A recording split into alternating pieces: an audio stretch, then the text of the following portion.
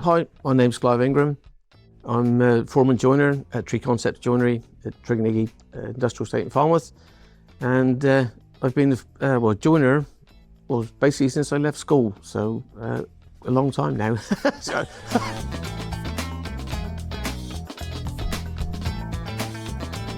Many years ago, when parents had an extension built, obviously the builders, they were called Myler builders, and they, obviously bits and pieces, they had a carpenter, was Fred Shenton. He was first fix, but second fix was Jack Harris. And I just loved what he did. He was so neat and tidy. So with that, I'd love to do that. And obviously my dad is very a practical man. I just wanted to follow in his footsteps, even though he was an engineer. And also went into woodwork. Served my time down the docks, which basically taught me about life, really. But my trade, I learnt in Dornings, which is not a joinery shop, who's, again, I think that started in the 60s. I went there in the mid-80s and finished when they closed in the mid-2000s, or 2004 they shut. So I did a 4-year apprenticeship as a ship's joiner from the docks. Again, they finished slightly early because the docks closed down. I did finish my time off up in Devonport. On the ship, because obviously the ships are big, basically the joinery on the ship is no different from what you have in your house. Probably you don't have windows and doors, that sort of thing. But that all applies the same. It's not like a boat where things are shaped. A ship is, a ship's a ship.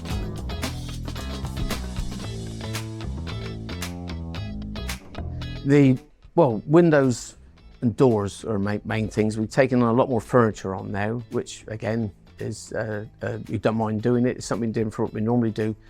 I said, but windows, whether it's a personal favourite of mine, I love making bifold doors and frames. A few years ago, they made a nice bow window, which is, we enjoyed making that. That was something you get your teeth into. If you're doing drawers, we do lots of boards, T&G boardings for doors, but dovetails are always a pleasure. So do enjoy dovetails.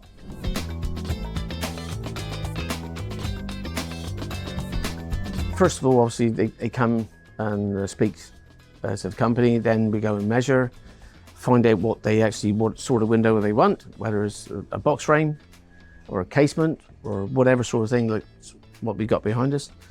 Then it goes through the process then of their design, what they want, obviously sizes, go to the site, measure, and then it's all finished, whether it's painted or stained, which is obviously to the decorators, or we just prime it in shop, get it glazed, and it goes on the site then, where we don't normally do the fitting. The fitting's done by an outside contractors. Sometimes we do fit, but that's not our mantra, if you like, to do fitting. So.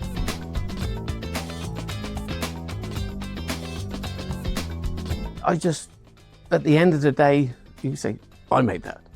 It's a pleasure to work with.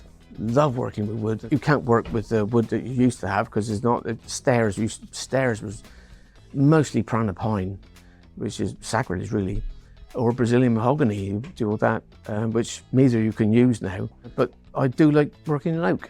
I love oak. It's better the smell, but it takes me back to college as well, because we used to use a lot of oak at college. For, let's say, 4 years we was at college. So enjoyed doing that.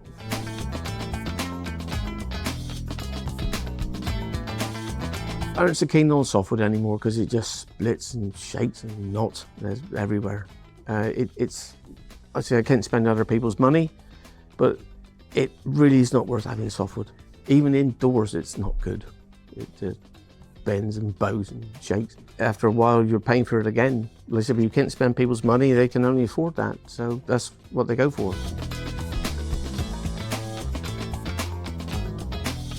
Very small.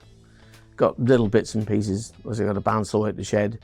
It's a 16 by 10 shed. You can get in there, but at the moment it is full up with stuff.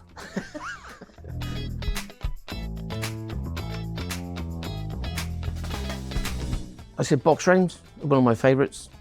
Box frames. I said they're the help. That's one of the things I do. You've got several apprentices over the years, obviously.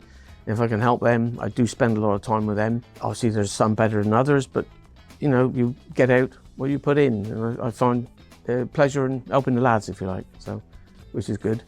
So I enjoy that. Joinery is basically all the same. It's just varying degrees of difficulty. You start off the same. You get your timber, you mark it out, we check it, mark it out, and whether you're doing circular wood or bow or straight, you start off on the same thing. Obviously, with circular or bow jobs, it's more time consuming.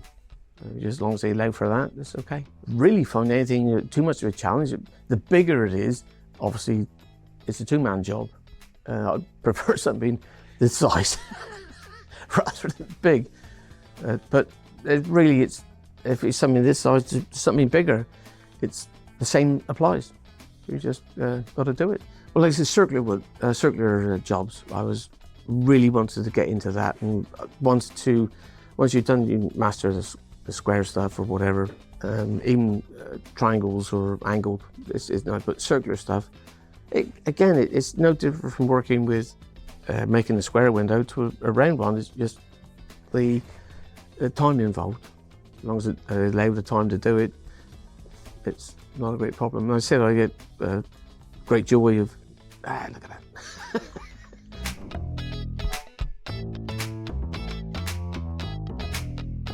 When I was at college, on the bottom rail of a door, on one side I cut 2 tenons, and the other side I cut 2 hunches. I learned from that. Look what you're doing.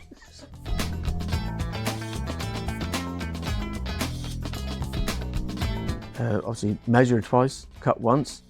Is basically, don't rush into it. Take your time, get it right. If you get it right, you should not start chasing yourself. Take your time, get it right in the first place. Then it will go, they call it the snowball effect. Once it starts going wrong, it just gets worse. So if you start off right, fingers crossed, it ends right. A tacker before, like I said with Jack Harris, he really was so neat and tidy. And when we had our extension done at home, obviously done the woodwork on there, I said then, Jack Harris being pleased with that. So that was pleased for me. But it's really just, get it right. I said, it'll go right. It doesn't always go right, but sometimes your wood will twist or something will go wrong. Not to your own fault, if you like. If it does go wrong, as I said, got lots of people over lots of things, just you can get over a lot of things. So, but as for howlers, they said, really, there's not a lot that goes wrong, because it would come back up to the office. It did. We wouldn't be trading if it was all went wrong.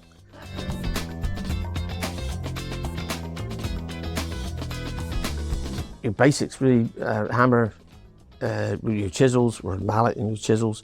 Obviously, your planes. I still got original planes, which I had as an apprentice in '75. I still got most of that kit. Very little I've lost. Obviously, a sharp pencil. Accuracy, you work with that and it goes well. Most new stuff is either record or marbles, so I haven't got a lot of different from that, because basically that was what we had as apprentices. We all had a toolkit, we had to pay for it, it wasn't given to us, and so you worked off of that, which is basically still got most of it, and the stuff you had then would last. You treat it right, it'll go with you. So, still got some antique stuff in there.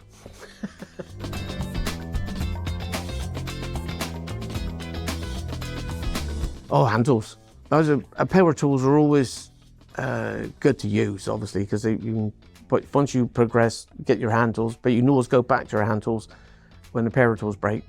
Obviously, everything's battery now, but if you haven't got it, I'm dropped back to me hand tools and get on with it quite happily.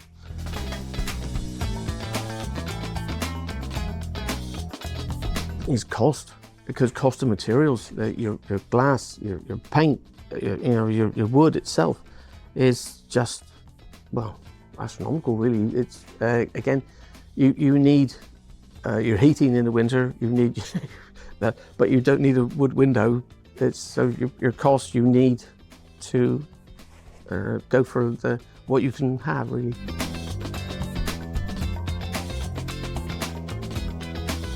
Yeah, it's if I'm measuring in a distance, I need to obviously work something out. I measure from the end, my distance I went from there, and I said there's 200 mil left over. Right, so I go with that.